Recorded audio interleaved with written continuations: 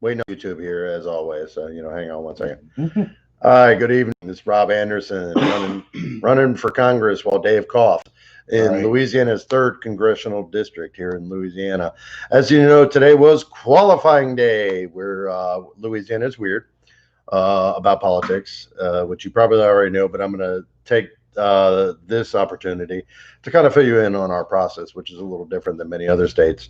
First of all, we have what's called a jungle primary or open primary system where all candidates register on the same ballot.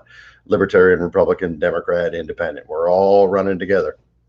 And this time period in Baton Rouge, which is our state capital, from today up until Friday, is what is called qualifying, where you go and actually register with the Louisiana Secretary of State, and you pay your filing fee, and you get your notarized copy of this and that, and you are actually on the ballot. And so, as of today, we were the first ones in Louisiana's third congressional district to be on the ballot.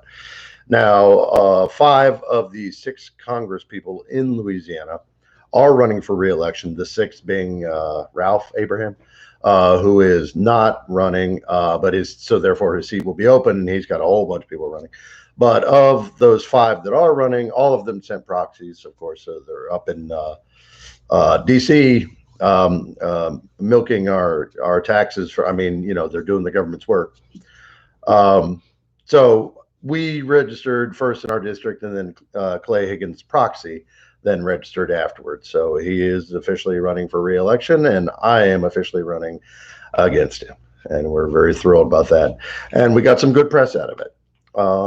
If you look up who's News Star, The Advocate, we got a few press hits. If you follow my Twitter feed, Rob Anderson 2018. Obviously, the people who are seeing me Twitter live are following the Twitter feed.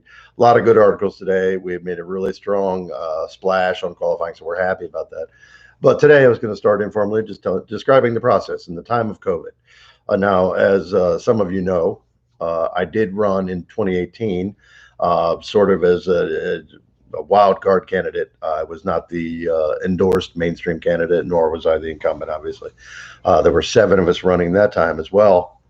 And I got enough of a percentage to make me want to dig down and do it for real, because I think Clay Higgins is beatable, and I think I'm the one who can beat him.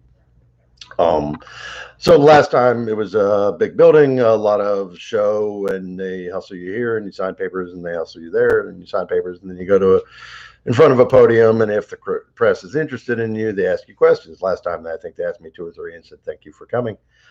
This time was a little bit different. In the time of COVID, most of my staff went today, and my wife joined me, but because of COVID-19, only two of us could go back. So that was me and campaign manager Claire Stagg. Went back, and we went first to the information desk, where, of course, distancing was practiced. And at each step, by the way, when I signed in, and at that desk, they'd give me a fresh pen, and I got to keep it because for sanitary reasons, they weren't recycling them. They were wearing gloves. Everybody was masked. It was very professionally done, I think. Reacted very well. It was a bit slower of a process this time, but not much. They really streamlined it. So then we went and met the Secretary of State again. And he tried to make jokes and didn't do a good job. Leave the humor to the pros, Kyle. Just saying. So yeah, then we got all official with him, and then we went and talked to the media, and that's where the real fun began, because there was, I don't know if a lot of you can understand what it's like to be a Democrat in Louisiana. To be ignored is more or less the best you can hope for. But there was a kind of buzz, and there were a lot of questions from the media. We got really great statements, like we were called one of only two districts in the state that were competitive. Us against incumbent Clay Higgins, and then of course the open seat with seven newcomers all vying for the same seat. That one was, of course, by definition competitive because there is no incumbent. So our race was singled out, and they called me the surprisingly strong Democratic candidate to Clay Higgins. So, social media works. Here we are. The buzz is trickling in state. There's something happening in Louisiana, and it's great to be part of. And what I didn't mention before was a friend had made me this mask, which I wore all throughout the qualifying process in the Secretary of State's office. It says, "Not a bacteria trap." which was a not so subtle shade thrown at the incumbent, Clay Higgins, who had called masks bacteria traps.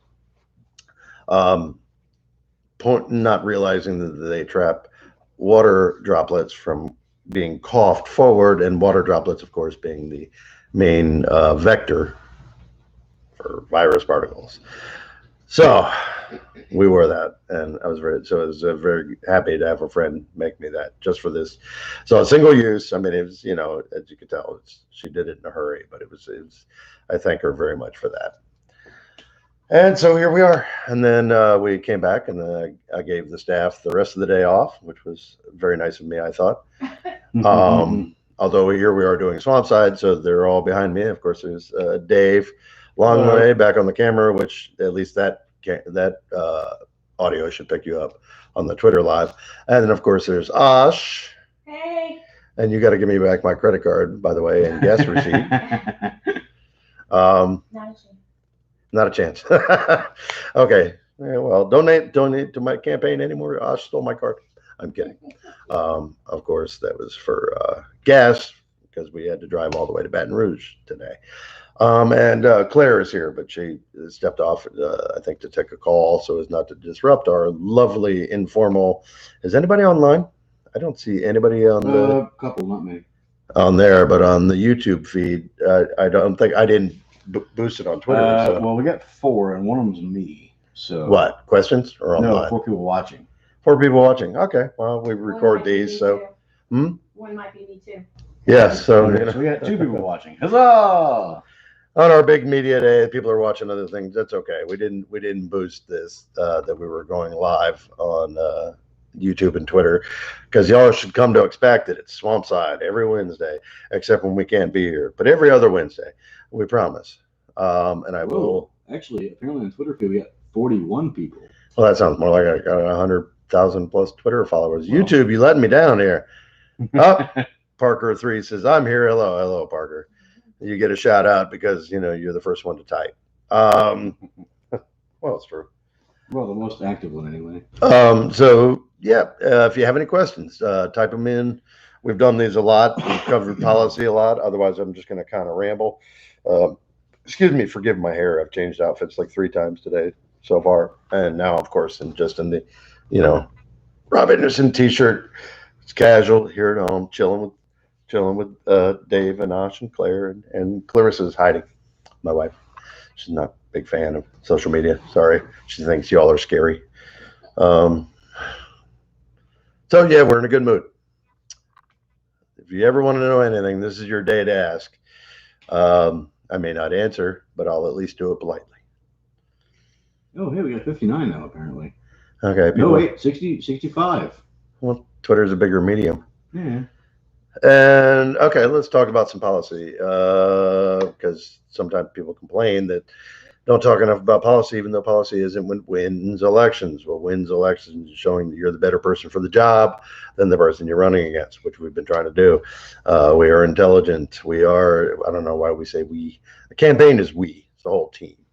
I am more intelligent than Clay Higgins. I said it. Most people probably are. Yeah, I am more inclined to listen to scientific experts and study the data and make my conclusions from that. My campaign slogan last time, as a matter of fact, was ideas and not ideology, but that was deemed too esoteric for the Carolina League. So I don't use it this time. I am for the working class because I am from the working class. That's what I use now. If there's going to be a quote, that's kind of it. But yeah, we're hellaciously more qualified. Our team. This isn't cronyism. These are all people with Dave. Last time ran for Congress. For those who don't know, until it got to qualifying point, and then he actually joined our team, and we've been buddies ever since. And what attracted me to Dave originally was that he had written out all these policies. No, some of them were a little wonky. We've talked about that, but just long. I mean, just interesting. But you had ideas for everything. Let's tackle this, whether or not it's workable. Let's get some ideas out there. Let's work this, and that's what I'm about too. People who work in the field who actually do stuff. It's like throw some ideas at it. Just saying, oh, we can't do anything, or it's my party doesn't want it. That doesn't work for the people of Louisiana. We need solutions. So one of the big things we're going to talk about today, I guess, is we really need to talk about climate and coastal remediation, coastal restoration. Because I was looking at an article earlier, which came right after our qualifying, about the number of orphan wells in Louisiana, and the ones that are tracked, and of course the ones they've even lost track of. And it was some ridiculous number. I think it was 4,300, or it could have been 43,000. That sounds about right. It was, I think it was 4,300 tracked orphan wells. What an orphan well is, obviously when they drill for oil or more likely natural gas, after the reserve dries up, or if they don't hit anything, I know that in other states, and I know this for a fact because I've done environmental remediation, it gets packed in with a mineral clay, and then it gets pumped full of grout, basically concrete without any aggregate. It's just the cement, and they grout it to the surface. And what that does is it protects the groundwater, and it protects the. Yeah, I know. I'm finishing what I was saying. And so there's a proper way to abandon a well. Somebody's about to come in the door. I'll stop them. I don't know if they're going to this one. Nope, they went to the other one. They went to the other one, Dave. Excuse me. We're not filming in our studio today. We're in Dave's house. So, I beg pardon for the informality. So there's a way to cap these wells so they do not pollute. And anyway, we have orphan wells, which are supposed to be taken care of by the company that drilled them. Closing them up and making them safe for the environment is part of doing them. And in Louisiana, it's a very hands-off, laissez-faire. Well, they have to go make money. Well, we have to have clean drinking water. So there's a big approach. The amount of methane that comes out of these things, you want to address climate change, all you have to do is make the oil companies do what they're already supposed to. The drilling companies, not oil, natural gas. The drilling companies do what they're supposed to have done, which is take care of this problem. You could, the estimate in the article I read today was 1,000 people working for a year full time just on those. Those are the known orphan wells. So when we talk about climate change in Louisiana, we're not talking about changing our entire way of life. All we're talking about is accountability for the problems that we already have. And then you're going to have to get on towards, of course, our push for alternative energies. And that's a whole new industry, a multi-billion-dollar industry. Let me go on with some questions here. How do you get folks out of that complacency of habit of always voting for the same folks? That's a darn good question. What I say is give them a different choice than somebody who is different for a reason. And my campaign is different. I am literally running on populism. There are no corporate or dark money donors in our past. We are literally running grassroots. We're just more successful at it because we're bigger on certain social media. So this is what good, clean campaigning should look like if it's done correctly. And I don't mean to tout our horn, but I'm giving a shout out to Claire here for this, for running a great campaign. You can do the grassroots campaign. You don't have to take the dirty money. We don't. Every one of our donations, every one is from individual donors, and most of them are small donors, and it can be done. And so when you say, how do you get folks out of that complacency, is give them good candidates, I think. And good candidates before may not have wanted to run because Louisiana is not a nice place to Democrats sometimes. So you have to have a little bit of a thick skin. So we're trying to break through and push that you can be progressive. And it doesn't mean you're, Nancy Pelosi. It just means that we want good things for the people of Louisiana. And that means addressing the problems we have. We're not worried about national issues on everything. We have individual issues. So you get a good candidate who runs a good campaign, people will relate to him. They'll vote for him. There's at first I thought you said Orson Welles. No, orphaned wells. Oh yeah. Although Orson Welles would be pretty cool. We got 4,300 Orson Welles all over. It's Citizen of Rosebud. So was that the only Optimus Prime? Was there another question on there, or is that the one you were talking about? Questions on Twitter. Okay, so fire me one from Twitter. Excuse me. Or do you want Claire to read? I was asking where they were. Oh, sorry. I thought somebody asked me a question. All right. Claire, could you take this, please? I don't know where they are because they're not on the comments on this live. All right, hang on. Well, if you're looking at them, I don't. Well, no, I saw them pop up on the website. Oh, they're on my feed, but I can't see them. You have to go to the live feed on my page and then read the comments. Working on it. Okay. That's right. Okay. You don't see anything there? There's no- I'd say technical difficulties, but we're cross-platforming here. It's not technical. Keep talking. We'll I'm figure it just out. going to keep talking because I'm talking to 2 live feeds and we're supposed Oh. Is there a question? to. Okay. What can be done about police brutality? The answers have been, I think, staring us in the face the whole time because it's what we used to do. And we are big. My campaign and all the people in my district will react well. Community policing. The walking back the militarization of the police. I just saw recently DHS gave a grant for, I think it was $435 million worth of new military equipment that goes to local police departments all over the country. And I think this obviously is going the wrong direction. We want more community policing. We want police officers to know their neighbors and know their neighborhoods. People are less likely to treat adversarial people they see every day. You want to talk of, you may call it the Andy Griffith mentality of having a local small town cop who doesn't even carry a firearm, but that is effective. And even if you're talking about urban areas or more densely populated areas, any area, if the police know their law enforcement, the law enforcement know their people, you're going to find a lot less people acting out of fear either way. Either fear of being arrested and brutalized, which is legitimate, or a fear that a perpetrator is going to do something, which is why they may be so trigger happy to begin with. So a big push towards community policing. And of course, the other part of it, and I'm a big fan of this, is more training.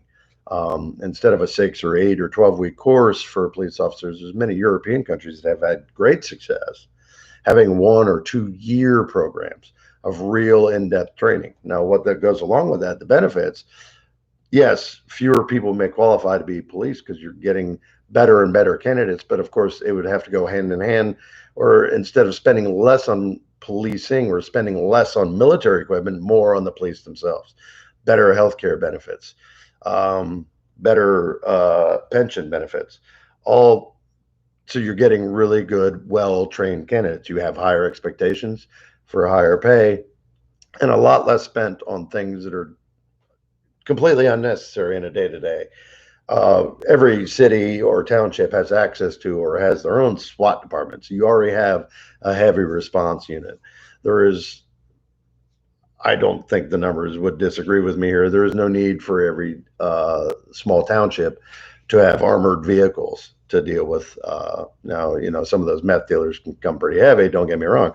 But I think we need to consider that being a police officer is a high intensity, high stress job, and therefore to have higher expectations. Independent civilian oversight.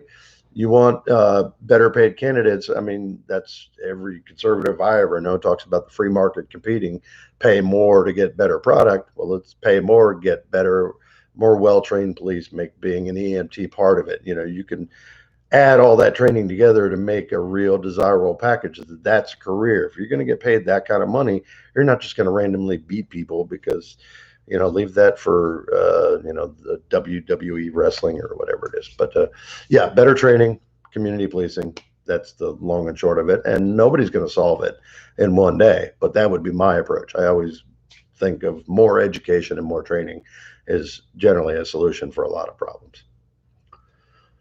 I hope I answered that question. I'm trying really hard to find the question. You're trying to Yeah, I'm having the same problem myself, actually. I'm sorry, whoever it was asked on Twitter, they're not able to find your questions. If you could ask them again in real time, maybe you could watch it scroll. I don't know. What else? In the replies. Hmm? You could ask them in the Yeah, replies. if you could comment in the replies so that it pops up on. That would be lovely. Yeah, so that it pops up on my feed, except I'm not looking at my feed. I'm staring at my camera. The wrong side of it. So sorry. It's two different, I got my iPhone there and we got my laptop here, so I'm restricted to what I can see. Thank you. Derek said I answered well, so I tried. Yeah, I always think education and training is going to be a big benefit. That's the core of our approach for District 3. You got one? Okay, we got a question. What advice do you have for someone who wants to run for office?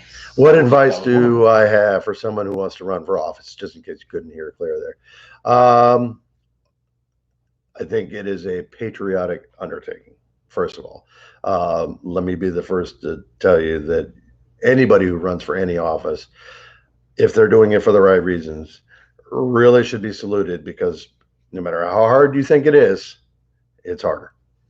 And that's why I think a lot of politicians have fallen into the trap of cronyism and taking shortcuts. And I'm not here to criticize all politicians, even though that's, I think, what every freshman congressman does. They're going to come in gangbusters and change the system, but we really are doing it different. We are running a people first campaign and not a corporate PAC or lobbyist campaign. So without sounding too radical, my only advice is, one, if you have something to say, run for office. If you really think that people will respond to what you have to say. Now, if you have really wild, crazy theories, they have QAnon for you over there. But if you actually have constructive advice, are you guys arguing about something, or is it what I said? No, go ahead. Okay.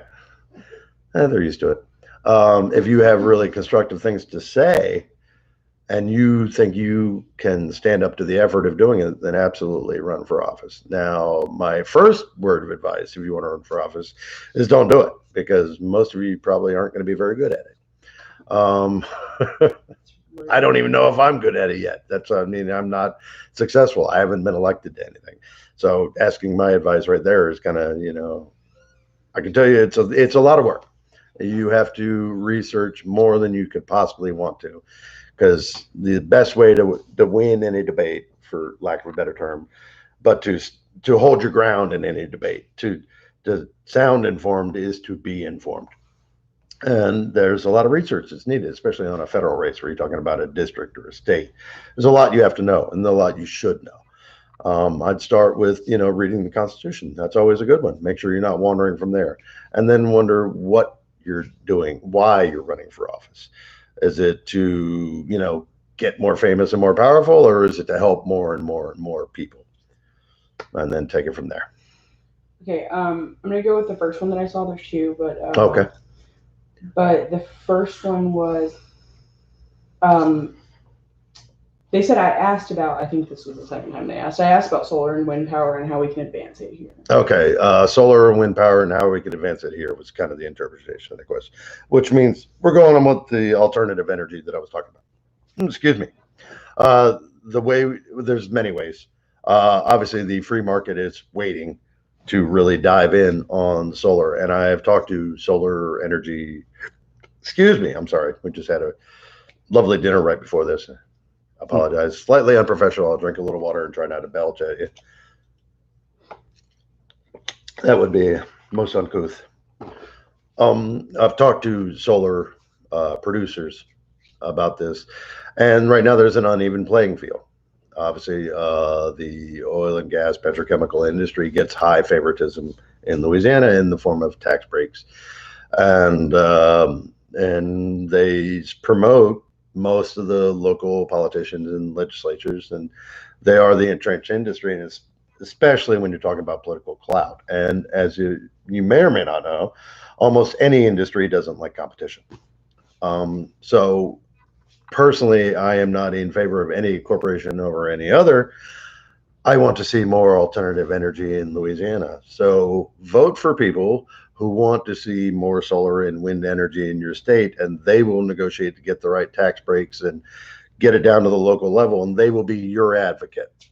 To answer your question, vote for people who believe in green energy, and believe me, green energy will come, because it can do nothing but benefit the people of Louisiana. More jobs, obviously cleaner air, lower energy costs. All these things are good, so that's what I advocate for.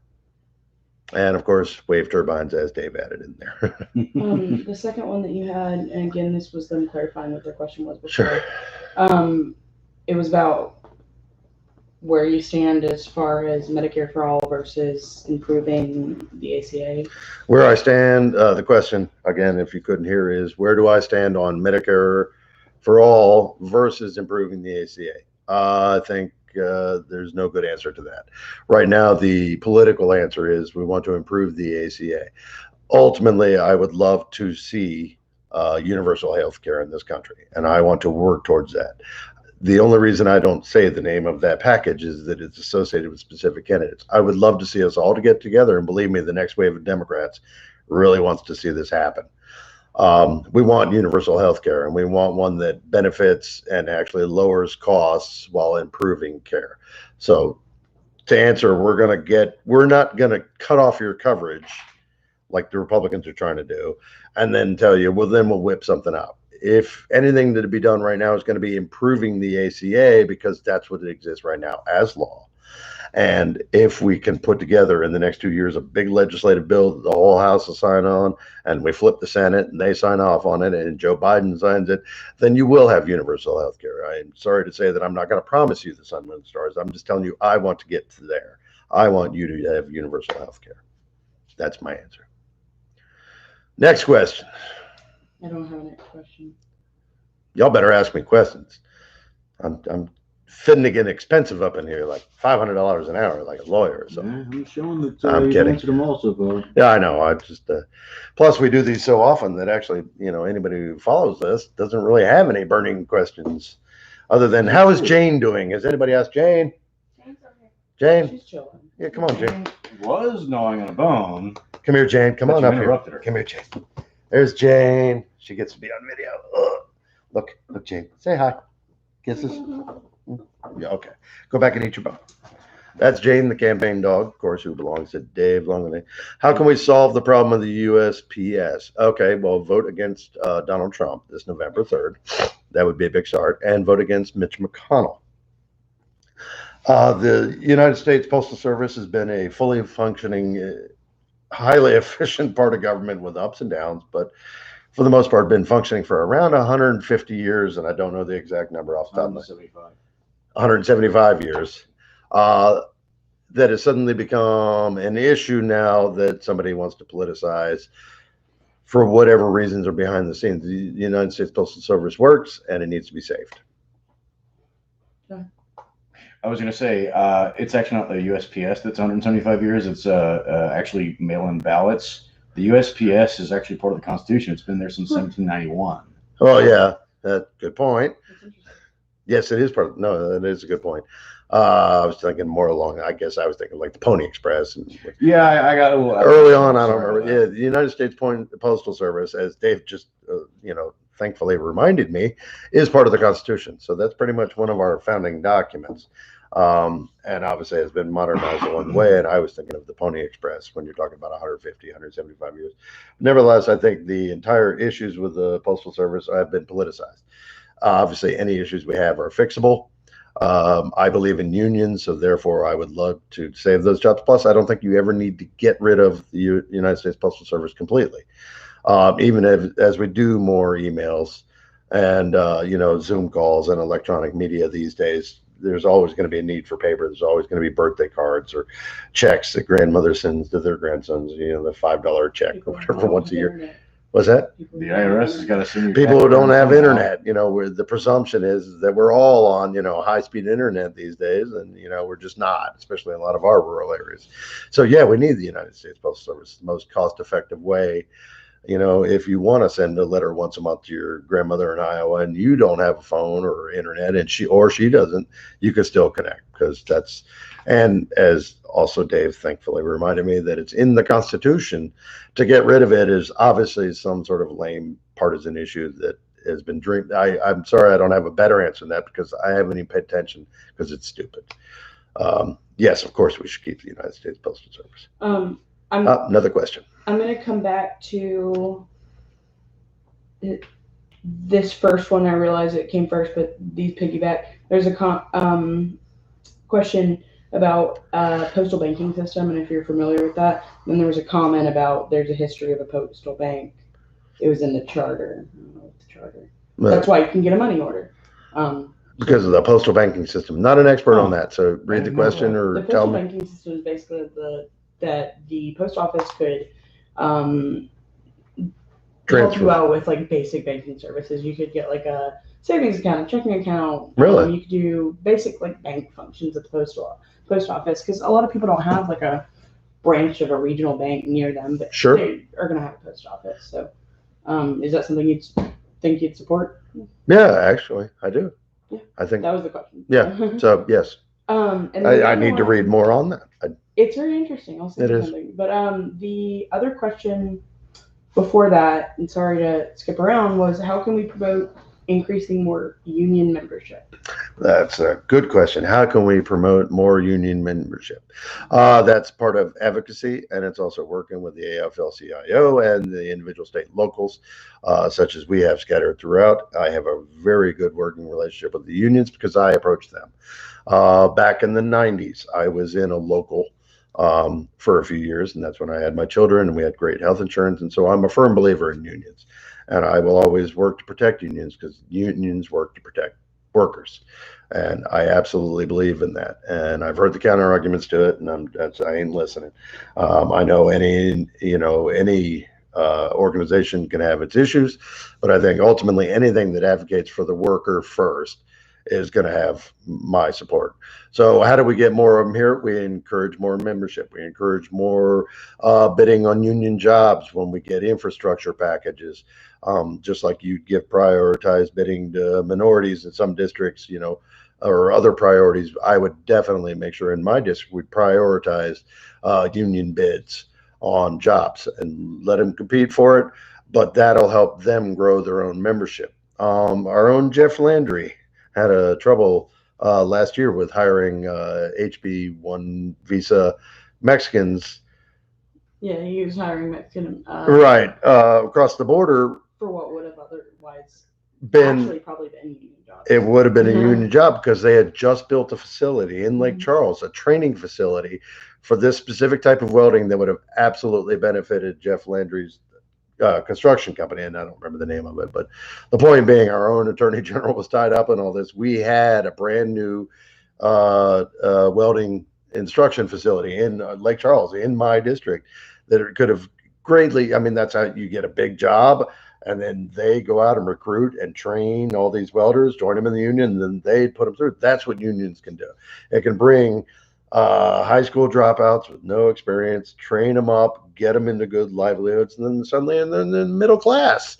And they're achieving, they're working, they're doing what they can do. And instead, Landry took the cheap way around, and yet is anti-union.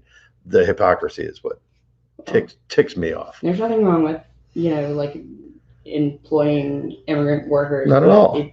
The problem with it is that Jeff Landry's not going to try to pay them fairly. Right. He got immigrant workers so that he could pay them less, and then he turns around and rails against immigration. I'm pro-immigration, and I say absolutely hire immigrant workers for jobs. But if you can hire local union workers, obviously you want to put America first. Then either talk the talk and walk the walk, or shut the hell up, Jeff Landry.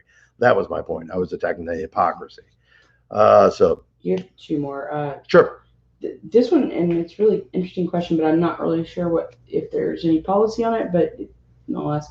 How do you feel about funeral costs that can bankrupt poor families? It's another worry for the grieving. It is, and we really haven't done a policy address. For those who couldn't hear that question, is how do I feel about funeral costs that can bankrupt poor families, which is a real issue, and we haven't even addressed legislation. Now, we were talking the other day about local insurance reform, especially flood insurance, which is a big issue here in Louisiana. And that might be another one to address, like minimal burial costs for just like many poor families. Burial these days, I think it starts at $10,000. I mean, yeah, and I think that's a low ball. Definitely some pricing regulation. It's not something you have in a a coffee jar, a few bills stashed away. It's a significant expense. So that is something we'll have to look into. I am open enough to admit that we have not even talked about it. Do you support shifting military budgets away from militarization, police, and towards community outreach? Yes. Again, if you couldn't hear that question, do I support shifting funds from the militarization of police and shifting them towards community outreach and other programs that can take up the slack? And of course, the answer is yes. nobody uses that phrase that's going around, and you're not going to hear me say it. What we want to see is better expenditures on police. And yes, social services can fill a lot of those voids. A lot of phone calls that come in on 911, and I will admit right here, I was a 911 operator for 3 years. I've been on the other end of these calls. A lot of them really just need somebody to come by and, I mean, like literally help somebody up, into bed. And you really need a heavily armed tank to show up for that. And, what if your ambulances are busy? In a small town, they'll send a constable over. He'll help the, grandma back into bed. And this is the real world. And do you need a highly trained, highly expensive response unit for that? Or do you need better social programs where you can have a couple of social workers who, are working their way through school, or for whatever reason they're working there, go over there and take care of the situation peacefully, quickly, efficiently, and much more at a much more low cost. And it's better spent. And it's also part of community outreach. Helping your neighbor is kind of what, a civilization is all about. And that's helping your neighbor. So yeah, a lot of costs can be shifted from, we don't necessarily need assault weapons unless we're going to send, the Opelousas Police Department to Iraq, which I hope not.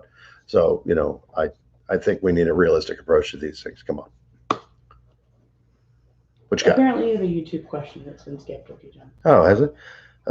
Do I support a universal income of any type? That one? Yes, that would be the It's one. been skipped a few times. It's right there. Oh, it is right above. Anyway, do I support a universal income of any type? I think it's a very interesting topic. I'll say that much. It's true. When Andrew Yang came out with that, it started a whole discussion. And a lot of people loved his platform for that. And I think he really did flesh it out very well. However, that was his platform issue. And do I agree with a lot of the tenets of it? Yes. Have I endorsed it and embraced it and stolen it for my own? No, I have not. So, yeah, do I support a national universal income? I would love to see legislation for it, to see how it would work. And of course, I would sign on for it, because I do like the idea that when he addresses UBI specifically, and Yang points out, people who are getting $1,000 a month aren't necessarily stuffing it into their mattress. It's going right back into the economy. So all that is money that's going for groceries, paying off bills, make sure people don't get their cars repoed. This is money that actually stimulates the economy. It's going straight in and straight out. And instead of propping up Wall Street like Trump is doing, it's a different way of doing that, of keeping the economy flowing that actually benefits low-level people. So I understand it. I have not officially signed it on as to part of my platform yet, no, but I love the idea. I keep following along with it, and I'm actually going to be doing we're not supposed to talk about that. Never mind. I didn't say that. I don't even know what you're talking about. You don't even know what I'm talking One about. more YouTube follow-up. Excuse me. Trump recently posted a new postmaster general who owns stock in UPS and FedEx. Yes, I did see that from this administration. I'd expect nothing else. Yeah. Yeah. I mean, Horrible. this is the croniest administration. Come on. I mean, They're at this point, I mean, Betsy DeVos is the Secretary of Education. I don't need to talk about any of his other appointees. Okay, we got a few, so let's get through here. Sure. Yeah. What do you got? So, what's the strategy? Flipping Trumpians or increased turnout? Both, all of the above. We are a new kind of candidate. We are running a new kind of platform. We are running against the anti-BS of the establishment. So we hope to appeal to those kind of people who love data-driven numbers, people who love when people stand up to their incumbent dirty politicians. Some people can't believe how bad Clay is. They didn't even know. And it's like, has nobody gotten up and said this before? It's amazing. If you even suggest it. Yeah, well, he was a dirty cop. And yes, of course, to get out the vote and turning out higher numbers. And we have a unique opportunity this year, of course. It's a presidential election with a historically unpopular president. And we have a pandemic ongoing, how will that affect voter turnout? And the fight against, mail-in ballots. They're so corrupt, according to Trump, even though they're not. So we are fighting a messaging war, and we are fighting a gaslighting war. And all I can say is make sure you show up, and the neighbors who live on either side of you show up, and get out there and vote. And that's what I can tell you. And I don't know who I appeal to, a centrist, leftist, rightist. I don't know. I'm running for the people of Louisiana, not for, a letter next to my name. You know what party I'm running on. Like me anyway. Okay. What are your views on medical or recreational marijuana? What are your views on medical or recreational marijuana? That's a softball if I ever heard one. I am pro cannabis, have been since the beginning. I believe that cannabis should be descheduled as a Schedule One narcotic, removed, and the criminal justice system must grant amnesty to all nonviolent offenses for cannabis possession in all 50 states and territories. And cannabis needs to be just sold and taxed like alcohol. There's actually a bill in Congress. It's, I believe, titled the Treat Cannabis Like Alcohol Bill. I mean, it's almost literally that name. Amnesty has to be part of it, of course, and that's how you also tie into criminal justice reform. You'll save a lot of money on prison costs. Private prisons don't make less money, boo-hoo, but that's good because we're going after them next. And they'll be able to donate less to politicians who push private prisons, and we'll actually be able to help the people of Louisiana instead of locking them up. And of course, that ties into hemp as an agricultural problem. By descheduling it, then hemp is free to be used by any manufacturer who wants to grow it, and resell it. There's a lot of loopholes now, even though they've legalized hemp, it's sort of legalized, and they have a lot of hoops. I didn't mean loopholes. I meant hoops they have to jump through. By getting rid of it as a Schedule One, it becomes a textile, and that's the best thing. Let the free market decide, as y'all always say.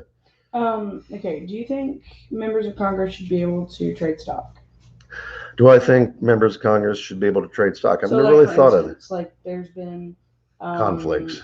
Yeah, certainly conflicts. Like I believe his name was Tom Price. Maybe was he the one that had all of the pharmaceutical stock, but he was the Secretary of Yeah, I mean, Human Services. Like, and he dumped a bunch of it because he had insider. Well, that's actually knowledge. happened several times in the last Right. 10 years or so. They actually passed a law against it like about 10 years ago, They but they can still still keep trade doing it. yeah, I would definitely be in favor. I don't know what you can tell people to own or not know, but I would think that, much like a president, anybody who can vote on any legislation that affects something that's in their portfolio should have to put the portfolio in a blind trust or sell it off if they win the election. I don't know how you can own pharma stock while you're legislating on pharmacy stuff.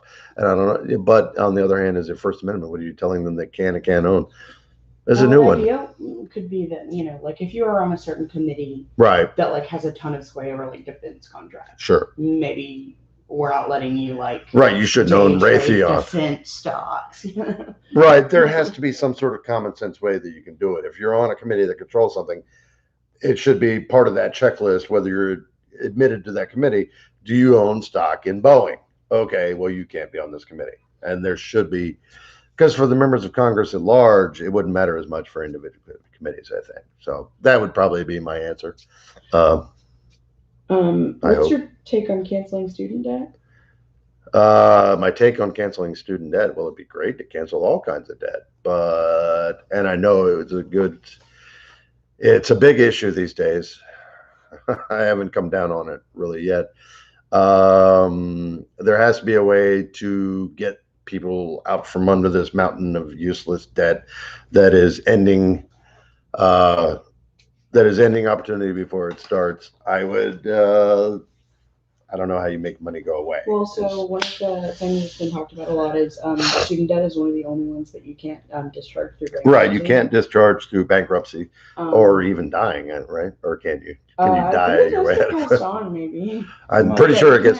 You can't. I know they treat it differently than other debt, which it shouldn't be. At the very minimum, you should be able to discharge it through bankruptcy. Get rid of it through good faith payments. Get rid of it through good faith payments, or and certainly when you die. And another note that was just pointed at me. Let's knock the interest payments way down. Let's stop making it this. It's almost like a payday loan structure that you're paying for 40 years and you still owe the principal. And definitely we have to address it. But when people say get rid of student debt, it's like that's $4 trillion. You can't just make it go away without bankrupting somebody. But we have to address it because there's an entire generation of students, and my children included, by the way, who are graduated from college, and it's like, here you go, here's your debt, and good luck, and then you graduate into a pandemic and a massive recession. So Please vote for me. Is getting lobby money out of government part of your platform? Yes, getting lobby money out of government is part of my platform. Dark money of all sorts. I don't think lobbyists. I don't know how you can legitimately be for that. I think anything that influences a politician with money sounds like corruption to me. So I don't know how you defend that. Of course, I don't think you should be able to bribe a politician.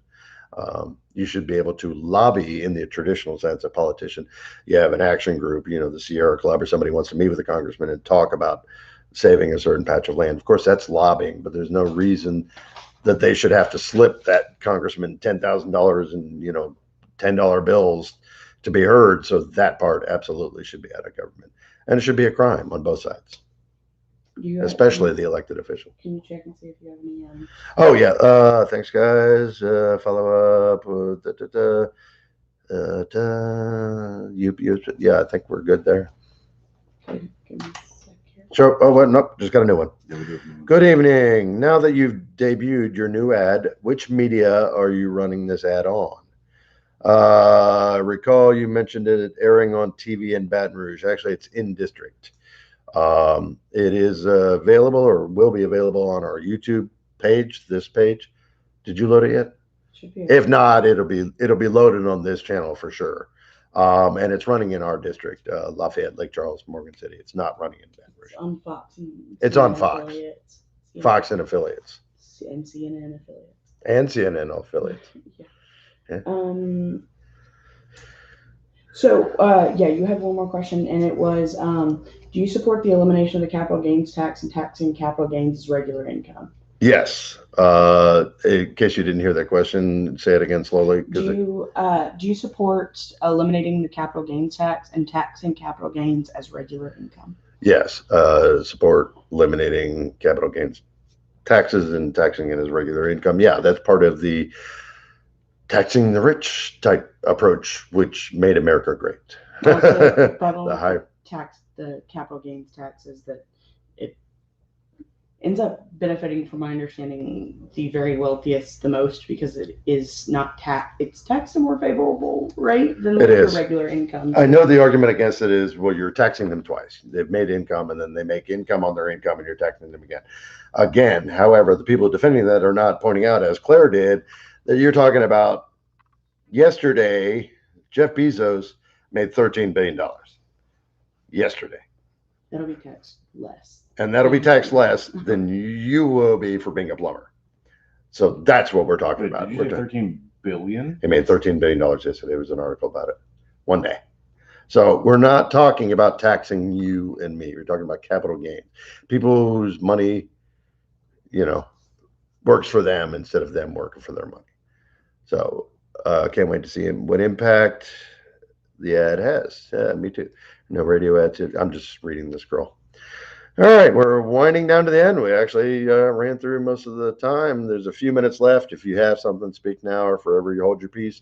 Don't forget to tune in tomorrow night. You'll find the link on Facebook and Twitter and all those for the No Dems Left Behind Town Hall with comedian Sarah Cooper is going to be live with us, and I'm going to be in the first group. And we all get to worship at the altar of Sarah, who is, of course, the tremendously funny comedian who's made a big splash this summer, sort of lip syncing along to Trump videos, which actually plays much better than it sounds when describing it. She's hysterically funny. And as a comedian, she's very funny, too. If you've ever watched an interview, very charming, very personable. And here I am buttering her up on a video she's never going to say, but it's true. I'm very thrilled that tomorrow we're on a town hall with Sarah Cooper. So unless y'all throw some other questions at me in the next few seconds, I'm going to log off and enjoy the rest of the evening of qualifying day with my wonderful staff, Claire, Ash, Dave, and my wife, Clarissa. Thank you all. Love you. End live tweet. Peace out, y'all. See you tomorrow. And if not, I'll see you Swampside Chats next Wednesday.